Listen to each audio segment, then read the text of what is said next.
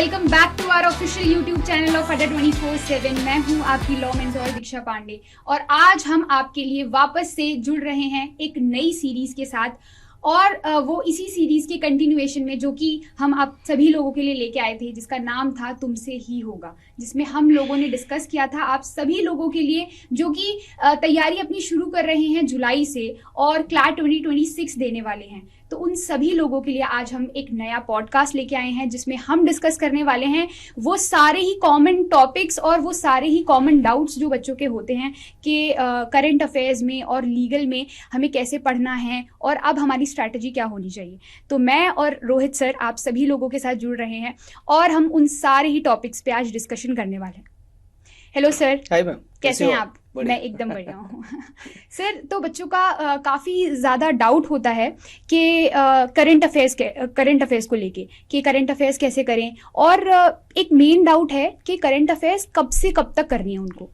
देखिए मैम, अगर हम बात करें जैसे जब करंट अफेयर्स की बात आती है तो एक तो बर्निंग इश्यूज पे और आजकल जो क्लैट का पैटर्न बना हुआ है कि आउट ऑफ द पैसेज भी क्वेश्चंस आते हैं, तो उसमें हमें क्या करना होता है कि हम जो भी न्यूज़ कर रहे हैं, पहली बात तो जो आपने पहला एक क्वेश्चन किया कि कितने मंथ्स का करंट अफेयर्स करना चाहिए, तो एक जो टाइम है कि जनवरी से लेकर और नवंबर तक का करंट अफेयर्स अगर हम कर लेते हैं मोर देन सफिशिएंट होता है।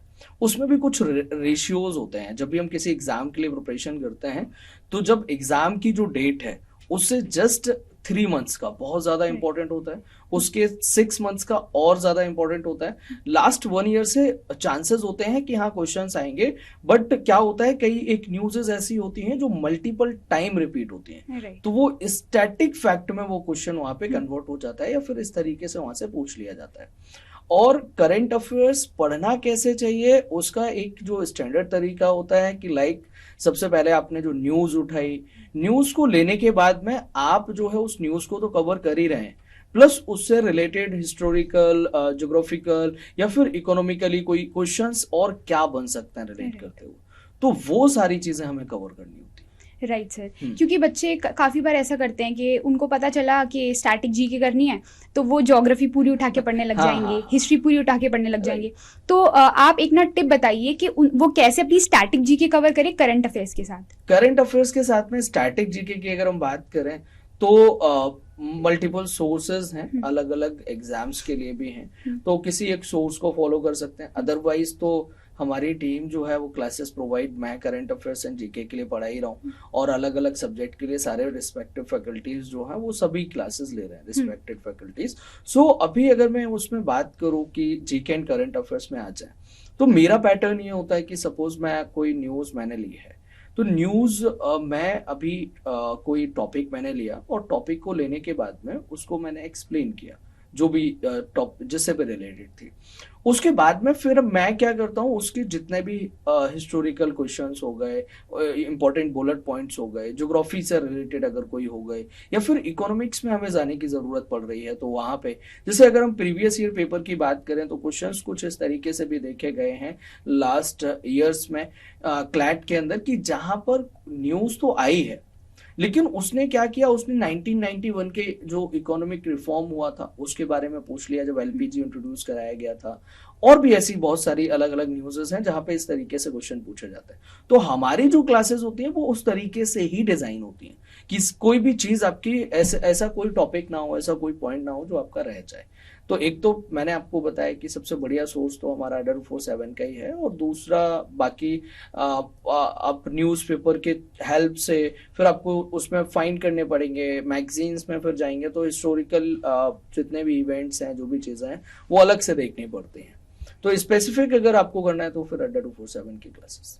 और सर बच्चे ये भी पूछते हैं कि क्योंकि आप भी सजेस्ट करते हो और बाकी सभी लोग यही सजेस्ट करते हैं, मैं भी लीगल रीजनिंग में ये सजेस्ट करती हूँ कि न्यूज़पेपर तो आप डेली पढ़ो। तो डेली न्यूज़पेपर पढ़ने से फ़ायदा बच्चों को क्या होगा और वो करंट अफेयर्स कैसे तैयार करेंगे न्यूज़पेपर से? डेली न्यूज़पेपर में भी हम लोग द हिंदू ज़्यादा सजेस्ट करते हैं। उसका रीज़न है कि अगर हम लास्ट ईयर्स का एक वो ट्रेंड देखते हुए आए तो उसमें ज्यादातर जो, क्योंकि क्लैट की एक स्पेशलिटी है कि वो जो है कोई भी पैसेज होता है उसमें विद डेट एंड किस सोर्स से लिया गया है वो मेंशन करता है। मैक्सिमम आजकल हम द हिंदू ही देखते हैं, दूसरा कि क्लैट की इंग्लिश बहुत अच्छी होती है। अगर कोई बच्चा द हिंदू पढ़ रहा है, उसकी रीडिंग एबिलिटी इतनी स्ट्रांग हो जाती है कि जो बड़ा पैसेज है जिसको पढ़ने में बहुत ज्यादा टाइम लगेगा, वो आप इजीली बहुत अच्छी से अंडरस्टैंड करके और उसको सॉल्व कर सकते हैं। और प्लस अगर मैं जीके एंड करंट अफेयर्स की तरफ आ जाऊं, तो जीके एंड करंट अफेयर्स में होता क्या है कि जो भी लाइक नेशनल इश्यूज हैं, इंटरनेशनल इश्यूज हैं, वो वहां पर मेंशन होते हैं। तो बहुत सारी चीजें, बहुत बहुत तो डेटा जो है वहां से कवर हो जाता है। बट अगर हम खुद से उसको पढ़ रहे हैं तो हमें कुछ एक्स्ट्रा एफर्ट्स उसमें डालने होते हैं, जिसमें हम ये कह सकते हैं कि वो जो स्टैटिक फैक्ट टाइप्स है, जो जीके सेक्शन है इंक्लूडिंग जीके एंड जो आता है आपका, तो वो अगर हम उसमें ऐड करते हैं, तो सेल्फ नोट्स बनाते हैं, तो वो हेल्पफुल रहेगा। अदरवाइज न्यूज तो हम पूरी बहुत अच्छे से वहां पे कवर कर सकते हैं। अब बात करें कि न्यूज़ेस हमें पढ़नी कौन सी होती हैं, तो जब हम न्यूज कवर कर रहे हैं तो हमें सबसे ज्यादा ध्यान पहले तो देना है नेशनल में हमारे साथ में क्या चल रहा है, आसपास इकोनॉमिकली है, कोई बहुत ज्यादा बर्निंग इशू है, टॉपिक है, उसको हमने कवर कर लिया। अदरवाइज गवर्नमेंट से रिलेटेड जितनी भी न्यूज़ेस होती हैं, वो चाहे अपॉइंटमेंट की हो, वो चाहे डेज एंड थीम्स की भी हो, इवन थीम्स का भी क्वेश्चन पूछा जाता है। इवन अगर हम यहाँ पर बात करें तो आप ये भी देखेंगे कि जब जो न्यूज डिजाइन की गई है, जो बनाई जा रही है, या जितनी भी हैं, तो उसमें जितनी भी हम प्राइवेट सेक्टर की भी होती हैं, बहुत सारी अलग अलग न्यूज़ेस होती हैं। बट अगर हम केवल और केवल फोकस करेंगे गवर्नमेंट सोर्सेज पे, गवर्नमेंट से रिलेटेड न्यूज़ेस पे, चाहे वो अपॉइंटमेंट हो, चाहे वो गवर्नमेंट स्कीम्स हो, या फिर कोई भी इम्प्लीमेंटेशन हो, कोई कैंपेन है, कुछ भी चलाया है, वो सबसे ज्यादा इंपॉर्टेंट न्यूज़ेस बनती हैं। अब इसमें आर्ट एंड कल्चर में अगर हम चले जाएं तो बहुत सारे अवार्ड्स एंड ऑनर्स दिए जाते हैं। लाइक सोनल मानसिंह जी को अभी रिसेंट में एक अवार्ड दिया गया है। सोनल मानसिंह की बात करें तो अब आर्ट एंड कल्चर से रिलेटेड उन पे एक पैसेज प्रॉपर बन सकता है। ऐसे ही अगर हम क्लासिकल डांसेस में चले जाएं तो वहां से भी बन सकता है, बट वो related to the current affairs, ये बहुत ज्यादा मैटर करता है। बाकी अगर हम इंटरनेशनल इश्यूज में जाते हैं तो इंटरनेशनल इश्यूज में हमें ये देखना होता है मेनली कि इंडिया का जहां पे जिस कंट्री के साथ में, चाहे वो ट्रेड को लेकर कोई कॉन्फ्लिक्ट है या फिर बॉर्डर इश्यूज को लेकर है, तो वहां से इंडिया के साथ में जितना भी रिलेटेड न्यूज होगी वो ज्यादा इंपॉर्टेंट होती है। इवन दो बाकी की न्यूज़ेस इंपॉर्टेंट होगी इंटरनेशनल में, बट वो होंगी जो बहुत बड़ा इशू है। अदरवाइज तो इंडिया से जो कनेक्टेड है वो ज्यादा इंपॉर्टेंट होते हैं। लाइक प्राइम मिनिस्टर मोदी अगर किसी कंट्री की विजिट पे गए, बहुत सारी इंपॉर्टेंट अगर कोई डील साइन हो गई वहां पे, तो वो हमारे लिए इंपॉर्टेंट हो जाता है। अदरवाइज जहां भी वो जाते हैं वो जनरली उनको वहां का हाईएस्ट सिविलियन ऑनर मिल ही जाता है ना। तो वो तो एक अलग चीज है, उस पर तो चांसेस नहीं बनते कि इतना क्वेश्चन पूछा जाए। बट हाँ, चांसेस बनते हैं जब हमने बहुत अच्छी अच्छी डीलें कर ली। लाइक यूएसए से 2019 में हमारा एक डील हुआ था, उसको आपका अपाचे उसको लेकर, तो अभी 3 आए हैं, 3 नवंबर में आने हैं। तो इस टाइप की न्यूज़ेस वो अपाचे अब 2019 से रिलेट कर सकता है अगर पूछा जाएगा तो, वो हमें इम्पोर्टेंट वो हमारे लिए होते हैं। Right sir. सर बाकी ना बच्चों का ये भी डाउट होता है कि जैसे कि जो मैगजीन्स हैं हमारी, तो उन मैगजीन्स में हमको जो नोट्स हैं, हमें वो क्रैश रिवीजन के लिए हम कैसे नोट्स बनाएं? मतलब कि क्या पॉइंटर्स हम रखें, क्या कीवर्ड्स हम रखें, जिससे हम ना लास्ट मोमेंट पे रिवीजन में हमें हेल्प हो जाए। इसको लेके मैम बहुत ज्यादा डाउट होता है बच्चों का। और अभी अगस्त हमारा स्टार्ट होने वाला है, अगस्त हो ही गया है। तो इसमें अगर मैं बात करूं, नोट्स जब बनाने होते हैं जीके एंड करंट अफेयर्स के, करंट अफेयर्स स्पेशली मैं बात करूं, तो नोट्स बनाने का सबसे जो बढ़िया तरीका होता है कि आप पहले तो एक हेडलाइन ले लें, जो न्यूज की हेडलाइन है उसको लिखें। और उस न्यूज की हेडलाइन को लिखने के बाद में जब आप पूरी न्यूज पढ़ रहे होंगे तो हमें खुद पता चल जाता है कि इसमें क्या इंपॉर्टेंट है क्या नहीं है, वो चाहे डेटा हो या फिर वो किसी भी चीज से रिलेटेड हो। तो हम उसको पॉइंटर्स में डिवाइड करें और जितना शॉर्ट हो सकता है उतना शॉर्ट करके लिखें। जब हम बराबर उसको पढ़ते रहते हैं, देखते रहते हैं, न्यूज़ेस कवर करते रहते हैं, तो हम हैबिचुअल हो जाते हैं, हमें पता चल जाता है, टीचर भी बताते हैं कि ये तुम्हारे लिए इंपॉर्टेंट हो सकता है और इस तरीके से क्वेश्चन आपका आ सकता है। और इसके लिए बच्चे को सबसे ज्यादा इंपॉर्टेंट होता है कि पीवाईक्यूज एक बार जरूर देखें कि किस तरीके से क्वेश्चन को फॉर्मेट किया जा रहा है। तो तब जाके हम वहां पर आइडेंटिफाई कर सकते हैं कि ये हमारे लिए इंपॉर्टेंट है, ये नहीं है। Right. अब हमारे लिए जो इंपॉर्टेंट है हमने वही अपने शॉर्ट नोट्स वाले जो हम नोट्स बना रहे हैं हमने उसको वही लिखना है, इसके अलावा हमने लिखना ही नहीं है। रीजन ये है कि अगर हम बहुत ज्यादा लिखेंगे तो फिर हमारे शॉर्ट नोट्स का लास्ट में रिवीजन का कोई सेंस नहीं बनेगा। राइट। तो वो वाली चीज है। हाँ, बाकी सर लीगल रीजनिंग में भी बच्चों का यही डाउट था कि हम ना क्या पढ़ें, कितना पढ़ें। तो उन सारे बच्चों के लिए मतलब मेरे हिसाब से तो यही सजेशन रहेगा कि जो भी आप PYQs हैं वो आप पहले उनको उठा के देखो, उनकी एनालिसिस करो कि कौन, क्योंकि ना सर आजकल ना स्टैटिक लॉ से वो क्वेश्चन ज़्यादा नहीं पूछ रहे हैं। जैसे पहले जब हमारा पुराना वाला सिलेबस था उसके अंदर वो स्टैटिक लॉ पूछते थे, कॉन्ट्रैक्ट और क्राइम और टॉर्ट्स वगैरह, लेकिन आजकल ना वो मिसलेनियस लॉ ज़्यादा पूछ रहे हैं। जैसे IPR से रिलेटेड क्वेश्चंस आ गए या ADR से रिलेटेड क्वेश्चन आ गए, इन्वायरमेंट लॉ से रिलेटेड। तो बच्चे कन्फ्यूज़ हो जाते हैं कि मैम इतने सारे लॉज हैं, BCI ने तो इतने सारे बता भी रखे हैं कि, क्योंकि क्लैट ने पता क्या किया है सर, उन्होंने बोला BCI में जितने भी उन्होंने सब्जेक्ट्स दे रखे हैं ना वो सब सब्जेक्ट्स आ सकते हैं। तो अब इतने सारे एक्ट्स हैं, इतने सारे लॉज हैं, बच्चे कहाँ कहाँ तक कवर करें। तो उन सारे बच्चों के लिए मतलब बहुत सारा डाउट आता था, तो मैं उनको भी यही सजेस्ट किया कि अभी आप PYQs उठा के देखो और करंट में क्या चल रहा है। जैसे अगर इन्वायरमेंट लॉ पे बहुत सारे ऐसे डेवलपमेंट्स आए हैं या फिर अभी कोई करंट अफेयर से भी रिलेटेड, अगर कोई भी इन्वायरमेंट लॉ से रिलेटेड अगर कोई चीज़ हो रही है, इन्वायरमेंट से रिलेटेड कोई चीज़ हो रही है, तो फिर आप ये समझ जाओ कि इन्वायरमेंट से कोई आ सकता है आपके, और इन्वायरमेंट से रिलेटेड कौन सी लेजिस्लेशन है उनको आप पढ़ लो, तो वो एक ट्रिक बन जाती है उनकी, तो वो कर सकते हैं मिसलेनियस लॉज। सो मैम एक लाइक अगर मैं बात करूं, जैसे आपने बताया लॉज बहुत सारे हैं, राइट। बच्चे को एक ये भी कंफ्यूजन है क्योंकि अभी रिसेंट में ही हमारे नए लॉज आए हैं, राइट। तो क्या उसको पुराने लॉज पढ़ने की जरूरत है या नहीं है, कि नए लॉज से ही काम हो जाएगा? सर पुराने लॉज तो अब तो उनका कोई मतलब नहीं रहा, वो रिपील हो चुके हैं, तो उनको पढ़ने नए लॉज ही हैं। लेकिन दिक्कत ये है ना कि बहुत सारे ऐसे केसेस हैं जो हमारे ओल्ड क्रिमिनल लॉ से रिलेटेड है।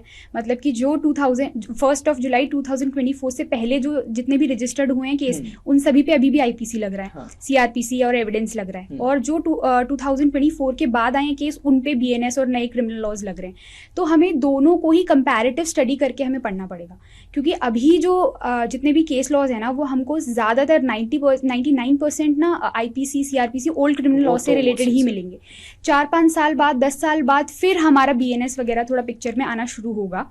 तो मतलब अभी पुराना कंपैरेटिव स्टडी, मतलब ऐसा नहीं कर सकते हम कि अभी BNS छोड़ दें, क्योंकि अब वो नया लॉ बन चुका है, पुराना वाला अब उसका कोई इफेक्ट नहीं है। तो नए लॉज को तो हमें पढ़ना है, लेकिन साथ साथ में कंपैरेटिव चार्ट बना के पढ़ना है कि अगर हमने कोई केस पढ़ा है, उस केस में अगर मर्डर से रिलेटेड कोई मैटर है तो वो पुराना उसके ऊपर अप्लाई होगा क्रिमिनल लॉ, तो वो उसका सेक्शन भी हमने एक बार देख लिया, और उसमें क्या डेवलपमेंट हुए हैं नए क्रिमिनल लॉज में उसको भी हमने देख लिया। ये हम अपने नोट्स में भी नोट्स में भी कर सकते हैं। जैसे पहले FIR था, तो FIR में उस टाइम पर 0 FIR का कॉन्सेप्ट नहीं था, लेकिन अब आ गया 0 FIR का कॉन्सेप्ट। तो अब जो नए डेवलपमेंट्स हुए ना, हमें वो अपने नोट्स में लिखना है कि पुराना लॉ ये था, नया लॉ में ये चेंज हुआ है, और क्या क्या चेंज हुआ है ना वो हम लिखेंगे ना, तो उससे फिर हम कंपैरेटिव एनालिसिस कर पाएंगे कि क्या चेंजेस हैं, क्योंकि वो आ सकते हैं। बट सर क्लैट ना अभी मेरी ये गट फील है कि वो कंपैरेटिव स्टडी वाला कोई चीज़ ऐसे नहीं देगा, क्योंकि बच्चों के लिए ना सिलेबस बहुत ज़्यादा वाइड हो चुका है। अगर आप क्लैट की बात करो या किसी और भी अदर लॉ एंट्रेंस एग्जाम की बात करो, तो बच्चों के लिए बहुत ज़्यादा सिलेबस हो चुका है। ओल्ड भी पढ़ो, फिर न्यू लॉ भी पढ़ो, तो वो इसीलिए इन सारे चीज़ों पर ज़्यादा भी दे नहीं रहे हैं, और वो मिसलेनियस लॉ पे ज़्यादा फोकस कर रहे हैं। इन्वायरमेंट लॉ जो बदला ही नहीं है, जो हमेशा से ऐसे ही था, तो उन पर ज़्यादा क्वेश्चंस दे रहे हैं। तो मैं सजेस्ट करूँगी बच्चों को कि मिसलेनियस लॉज ना छोड़ें, PYQs पढ़ें। PYQs में सबसे ज़्यादा क्वेश्चंस किस में से पूछे गए हैं वो देखें। बाकी हमारे कॉन्ट्रैक्ट लॉ हैं, टॉर्ट लॉ हैं, वो नहीं बदले हैं, उसमें कोई बदलाव नहीं हुआ है, तो वो अच्छे से करें, क्योंकि PYQs में कॉन्ट्रैक्ट लॉ में बहुत सारे क्वेश्चंस पूछते हैं, तो काफ़ी इंपॉर्टेंट हो जाता है क्रिमिनल लॉ और कॉन्ट्रैक्ट लॉ हमारे लिए। Okay, right. सो मैम एक जनरली ये भी रहता है कि उसमें जब हम लीगल सेक्शन में जाते हैं तो legal current affairs and normal legal, right, static में कितना वेटेज रखता है और कितना इम्पोर्टेंट क्या होता है, और कैसे उसको हम कवर कर सकते हैं? सर अगेन मैंने बताया जैसे कि PYQs हमको देखने हैं, तो PYQs में भी हमें ये पता चला है कि इन्होंने अपना ट्रेंड चेंज कर दिया है क्वेश्चन पूछने का। पहले ये पूछते थे स्टैटिक लॉ से ही रिलेटेड कि लॉ ऑफ टॉर्ट से उन्होंने जैसे मान लीजिए डेफिमेशन पे कुछ दे दिया, या मान लीजिए कॉन्ट्रैक्ट से उन्होंने कुछ उठा के दे दिया और उसी पे क्वेश्चन पूछ लिए। लेकिन आजकल वो क्या कर रहे हैं कि जो लीगल करंट अफेयर्स है ना, उसमें क्या चल रहा है उससे रिलेटेड वो कोई पैसेज देंगे आपको और उससे रिलेटेड आपसे क्वेश्चन पूछेंगे। तो इसलिए भी लीगल आपकी करंट अफेयर्स काफ़ी इंपॉर्टेंट हो जाती है, प्लस जजमेंट आपकी काफ़ी इंपॉर्टेंट हो जाती है, क्योंकि जजमेंट से ना रिलेटेड होता है आपका पूरा लॉ और अभी क्या करंट में चल रहा है वो, तो वो जजमेंट उठा के दे देंगे, या फिर वो कोई लीगल इशू जो जिस पे अभी जजमेंट नहीं आई है वो उठा के दे देंगे, उससे क्वेश्चंस बनने आसान हो जाते हैं। तो वहाँ से काफ़ी सारे क्वेश्चंस आते हैं, इस वजह से हम ना उस चीज़ को इग्नोर नहीं कर सकते। तो स्टैटिक लॉ से ज़्यादा अब इम्पोर्टेंट हो गया है करंट लीगल अफेयर्स। ओके, मतलब हम उसको निगलेक्ट नहीं कर सकते, उसको निगलेक्ट नहीं कर सकते और उसे हमें ध्यान देना ही पड़ेगा। राइट। तो उसके लिए कोई स्पेसिफिक सोर्स या फिर कुछ ऐसा है कि जहाँ से वो कर सकता है? सर स्पेसिफिक सोर्स जैसे कि अगर हम ऑनलाइन रिसोर्सेज की बात करते हैं लीगल करंट अफेयर्स के लिए, तो लाइव लॉ बच्चे उसको रेफ़र कर सकते हैं, बार एंड बेंच है, लॉ ऑक्टोपस है, IP लीडर्स है। तो ऐसे काफ़ी सारी वेबसाइट्स हैं, रिनाउंड वेबसाइट्स हैं, जिनसे आप आर्टिकल्स पढ़ सकते हो, लीगल आर्टिकल्स आते हैं। जैसे लाइव लॉ पे हर दिन का लीगल आर्टिकल आता है, तो बच्चे वो कर सकते हैं, उससे पढ़ सकते हैं। बार एंड बेंच से पढ़ सकते हैं, लॉ ऑक्टोपस पे आता है। तो इन सारे अगर वो साइट्स को रेफ़र करते हैं और रेगुलर करते हैं तो उनको प्रीमियम सब्सक्रिप्शन की भी ज़रूरत नहीं पड़ेगी, फ्री ऑफ कॉस्ट कंटेंट मिल जाएगा और वहाँ से उनकी लीगल करंट अफेयर्स तैयार हो जाएगी पूरी। ओके। तो वो यहाँ से कर सकते हैं। अदरवाइज़ अगर उनको जजमेंट्स पढ़नी है, लैंडमार्क जजमेंट्स पढ़नी है, तो फिर बहुत सारी ऐसी वेबसाइट्स हैं जिस पे पूरी समरी आ जाती है लैंडमार्क जजमेंट्स की। प्लस सुप्रीम कोर्ट ने भी इस साल मतलब पिछले साल से ही एक और नया उन्होंने सेक्शन लॉन्च किया है अपने ही ऑनलाइन पोर्टल पे जजमेंट समरीज़ का। तो जितनी भी सुप्रीम कोर्ट की रीसेंट जजमेंट्स हैं उसकी पूरी जजमेंट समरी वो डालते हैं, तो उससे भी बच्चे रेफ़र कर सकते हैं। ऑथेंटिक सोर्स है क्योंकि सुप्रीम कोर्ट खुद ही डाल रहा है और वहाँ से उनको समरी मिल जाएंगी। ओके। सो मैम, अगर नोट्स बनाने वाली बात करें तो कैसे क्या करना चाहिए लीगल के लिए? सर लीगल के लिए सबसे पहले ना हमें फंडामेंटल पहले क्लियर होना चाहिए। हमने पूरी थ्योरी पढ़ ली, पढ़ने के बाद हमें कितना रिटेन हो पा रहा है, हम क्या करेंगे एक नोट्स बनाएंगे। मतलब मेरी ट्रिक थी और काफ़ी हमने लॉ स्कूल में बहुत ज़्यादा ये प्रैक्टिस किया, क्योंकि हम ना एक रात पहले ही पढ़ते थे। तो वहाँ पर एक रात पहले पढ़ने की वजह से ना हमको बहुत सारा हम चीज़ पढ़ नहीं पाते थे। तो हम क्या करते थे, एक पेपर लेते थे, उसमें हम छोटा बहुत सारा लिख देते थे कंटेंट, लेकिन उसमें ऐसा नहीं था कि हम प्रॉपर बहुत बड़े वो बना रहे हैं अपने। ये चीटिंग वाला बता रहे हो? नहीं सर, फर्रे वाला नहीं बना रही मैं। वो सिर्फ हमारे रिवीजन के लिए होता था, हम एग्जाम हॉल में नहीं लेके जाते थे वो। अच्छा। तो वो उस मतलब बट वो बनाते वैसे ही थे प्रॉपरली। तो उसमें ना हम ना एक कीवर्ड्स लिख लेते थे। जैसे अगर मान लीजिए हमने डेफेमेशन पढ़ा, तो डेफेमेशन के क्या इसेंशियल्स होते हैं कि फॉल्स स्टेटमेंट होनी चाहिए, इंटेंशन होनी चाहिए किसी को डिफेम करने की, उसका पब्लिकेशन होना चाहिए। तो वो एक एक वर्ड हम ना लिख लेते थे, पूरा हमें डेफिनेशन क्लियर हो गया, हमने वो वर्ड पढ़े, वो कीवर्ड्स, और हमें पूरा कॉन्सेप्ट हमें क्लियर हो गया। तो हम वैसे नोट्स बनाते थे ताकि एक पन्ने में हम ना पूरा का पूरा एक्ट उतार लें, और जब हमको क्रैश कोर्स की मतलब क्रैश रिवीजन की बात है ना कि हमको 15 मिनट में पूरा रिवाइज करना है, तो वो एक पन्ना पकड़ा और सब रिवाइज कर डाला और सब याद भी हो जाता था। तो उसके बाद तो फिर आंसर लिख सकते हो आप खुद से ही। तो हम वैसे करते थे और उससे हमको हमारे फंडामेंटल्स भी क्लियर हुए और हमें याद भी रहता है। मतलब बहुत सारे बच्चे ऐसा करते हैं ना कि पढ़ लेते हैं लेकिन उनको याद नहीं होता, फिर वहाँ जब वो एग्जाम हॉल में जाते हैं और कुछ चीज़ आती है तो उनके फंडामेंटल हिल जाते हैं। इसीलिए ना याद करना भी ज़रूरी है। जैसे डेफिमेशन है या कोई भी लॉ उठा रहे हैं, उसके क्या इसेंशियल एलिमेंट्स हैं, कब कब वो एप्लीकेबल होगा, कब नहीं होगा, इस चीज़ को हमें याद करना पड़ेगा, तो तभी आप अच्छे से कर सकते हो। इसके लिए अलग से पेजेस चाहिए होंगे, उसको फाड़ के रखना होगा या नोट्स बना सकते हो। मतलब जैसे कि आपने डिवीजन कर लिया कि लॉ ऑफ कॉन्ट्रैक्ट्स का ये है, लॉ ऑफ टॉर्ट्स का ये है, हमको तो लेके जाना पड़ता था, पोर्टेबल सिस्टम था, तो इस वजह से हम फाड़ लेते थे। आप तो नोटबुक बना सकते हो आराम से और फिर उसी के अंदर। की चोरी पकड़ी जा रही। मैम अभी कह रही थी कि नहीं लेके जाते थे, मैम नहीं अभी लेके जाते। नहीं अरे मतलब कि एग्जाम हॉल से पहले फिर हम बाहर रख देते थे सर। यस। सो बढ़िया मैम, सही बताया आपने कि इजीली हम उसको कवर कर सकते हैं। इसमें अगर हम आगे जाएं और लाइक टाइम बहुत कम बचा है, तो बच्चा मतलब आप क्या बोलोगे कि एक्चुअल में अगर अच्छे से स्टडी करी जाए तो लीगल को हम कितने मंथ्स में, कितने डेज में कंप्लीट कर सकते हैं? मोर देन सफिशिएंट टाइम है क्या ये, जो हमारा अगर बच्चा अभी से स्टार्ट करता है तो? सर अगेन सफिशिएंट तो है टाइम, क्योंकि अभी हमारे पास 4 महीने बचे हैं। 4 महीने बहुत होते हैं किसी भी एग्जाम के लिए, और स्पेसिफिकली यूजी एग्जाम्स के लिए। तो हम क्लैट की बात करें, इसमें ज़्यादा इतना कंपटीशन है नहीं जितना बाकी के एग्जाम्स में है। अगर आप जेई देख लोगे, नीट देख लोगे, तो उसमें बहुत ज़्यादा कंपटीशन है। इसमें कंपटीशन कम है, प्लस इसमें जो सिलेबस है ना वो लिमिटेड है। अगर आप लीगल की बात करोगे, लीगल रीजनिंग की, तो उसके अंदर आपको 4 लॉज पढ़ने हैं। एक law of contract, law of crime, law of torts और कॉन्स्टिट्यूशन लॉ। फिर मिसलेनियस लॉज आपको इन डेप्थ नहीं पढ़ना है, उसका सिर्फ आपको ओवरव्यू लेना है। तो वो एक एक दिन के टॉपिक्स हैं, एक एक दिन में आपका हो जाएगा आराम से। तो ये मेरे हिसाब से लीगल रीजनिंग अगर कोई बच्चा डेडिकेटेडली पढ़े ना, तो 1 महीने का है पूरा सिलेबस। अच्छा, थ्योरी वो 1 महीने में आराम से कर सकता है, क्योंकि हम लोगों ने कराई है। अगर लॉ ऑफ आईटी पर भी हम देखेंगे तो उसमें भी हम लोगों ने 1-1 महीने में पूरा सिलेबस करवाया है। तो बच्चा 1 महीने के अंदर आराम से अपनी थ्योरी कंप्लीट कर सकता है। उसके बाद फिर वो रिवीजन करता जाए, प्रैक्टिस करता जाए, क्योंकि 4 महीने बचे हैं। अगर आप 2 महीने या 3 महीने थ्योरी करते रह जाओगे, प्रैक्टिस का टाइम ही नहीं बचेगा फिर। और प्रैक्टिस ही यहाँ पर गेम चेंजर होता है।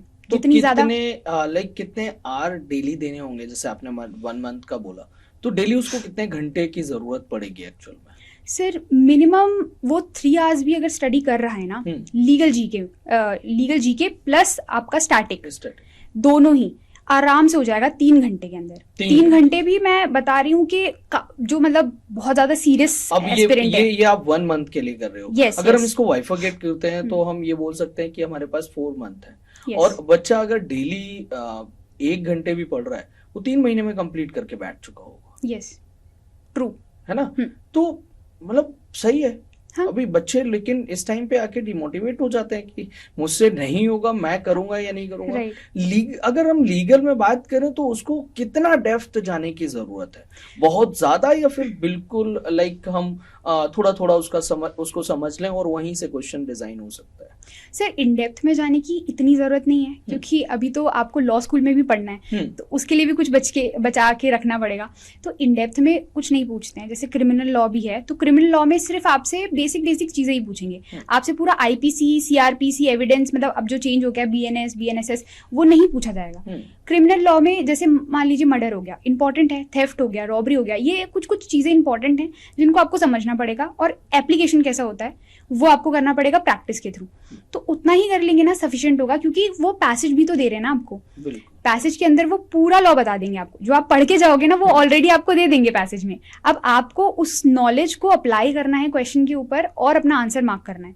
तो हम पढ़ते इसलिए नहीं पढ़ रहे हैं हम क्लैट के लिए कि हमको याद हो जाए। हम पढ़ इसलिए रहे हैं ताकि हमारी एक लीगल अंडरस्टैंडिंग डेवलप हो जाए, ताकि जब लीगल का कोई हमें पैसेज दिखे तो हम समझ पाए एटलीस्ट, क्योंकि it's not a layman language. मतलब कोई अगर कोई नौसिखिया अगर आके पढ़े अगर लॉ को, तो उसको नहीं समझ में आएगा कि लॉ क्या लिखा है, क्योंकि उसमें थोड़े लीगल जार्गन्स यूज किए होते हैं, कुछ ऐसे टर्म होती हैं, मैक्सिम्स होती हैं जो नहीं समझ में आती है नॉर्मल लोगों को। उसके लिए, उस अंडरस्टैंडिंग को डेवलप करने के लिए हमें पढ़ना है थ्योरी। अदरवाइज पैसेज के अंदर सब कुछ देते हैं, और क्लैट खुद भी बोलता है कि हमको प्रायर नॉलेज चाहिए ही नहीं। हम कोई 12वीं का बच्चा है, उससे हम नहीं एक्सपेक्ट कर सकते कि उसको पूरा लॉ आएगा। तो 12th का बच्चा पास आउट होके अगर दे रहा है तो वो इतना स्टैंडर्ड रखते हैं कि कोई भी बच्चा जो 12th पास आउट है वो आराम से दे सके। और अगर हम एक्स्ट्रा थोड़ा सा पढ़ लें, मेहनत कर लें लीगल पे अपने, तो ऑटोमेटिकली हमको पैसेज समझ में आएगा और हम क्वेश्चन कर लेंगे। तो बस पैसेज को समझने की, मतलब वो अंडरस्टैंडिंग डेवलप करनी है हमको, इन 3-4 महीनों में आराम से निकल जाएगा क्लैट। मतलब it's not a rocket science. ठीक है। सो मैम, अभी जस्ट आपने एक वर्ड यूज किया कि लीगल मैगजीम्स। सो कितना इंपॉर्टेंट होती है लीगल मैगजीम से भी क्वेश्चंस बनते हैं या नहीं बनते हैं, और अगर बनते हैं तो कितना इंपॉर्टेंस रखता है? सर लीगल मैगजीम से डायरेक्ट क्वेश्चंस नहीं पूछे जाते आजकल, क्योंकि वो पूरा पैसेज बेस हो गया है। तो वो इलस्ट्रेशन देंगे या कोई हाइपोथेटिकल सिचुएशन दे देंगे, उस पर आपको उस पूरे पैसेज का क्या समरी है उसको आपको अप्लाई करना पड़ता है और अपना आंसर देना पड़ता है। लीगल मैगजीम क्लैट में इसलिए इंपॉर्टेंट है क्योंकि पैसेज जब आएगा ना, और उसमें लॉ जब आपसे पूछा जाएगा, समझाया जाएगा आपको, तो वो अंडरस्टैंडिंग नहीं होगी आपको। जैसे कि अगर मान लीजिए उन्होंने लॉ ऑफ क्राइम के एलिमेंट्स ऑफ क्राइम के ऊपर पूरा पैसेज दे दिया, मेंस रिया है, एक्टस रियस है तो क्राइम होगा वरना नहीं होगा, दोनों में से कोई चीज। अब आपको मेंस रिया का मतलब नहीं पता, एक्टस रिया का मतलब नहीं पता है, तो आप समझ ही नहीं पाओगे कि ये पैसेज किस चीज के बारे में बात कर रहा है। इसलिए भी लीगल मैगजीम्स याद करने और समझने जरूरी होते हैं। तो वो बहुत ज्यादा इम्पोर्टेंट है। राइट सर, क्योंकि लीगल ना it's not only English, it's also Latin, it's also French, क्योंकि ऐसे बहुत सारे, और हमारा जो लॉ है ना वो ब्रिटिशर्स बना के गए थे। उस टाइम पर इंग्लिश बहुत अलग हुआ करती थी, तो उस इंग्लिश को, अब वो इंग्लिश यूज नहीं होती है सर, तो अब उस इंग्लिश को हमको समझने के लिए ना थोड़ी सी अंडरस्टैंडिंग डेवलप करनी ही पड़ेगी, एक लीगल एक्विपमेंट डेवलप करना पड़ेगा, तब आपको पैसे समझ में आएगा। तो वो लीगल मैगजीम्स इंपॉर्टेंट हो जाते हैं वहां पर, जार्गन्स इंपॉर्टेंट हो जाते हैं।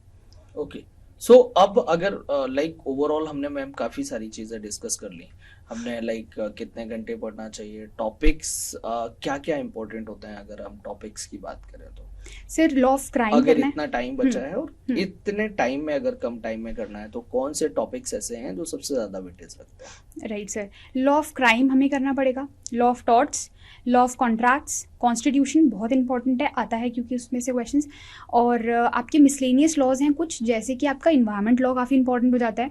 एडीआर में से भी कभी कभार क्वेश्चन पूछने को मिल जाते हैं, देखने को भी मिलते हैं।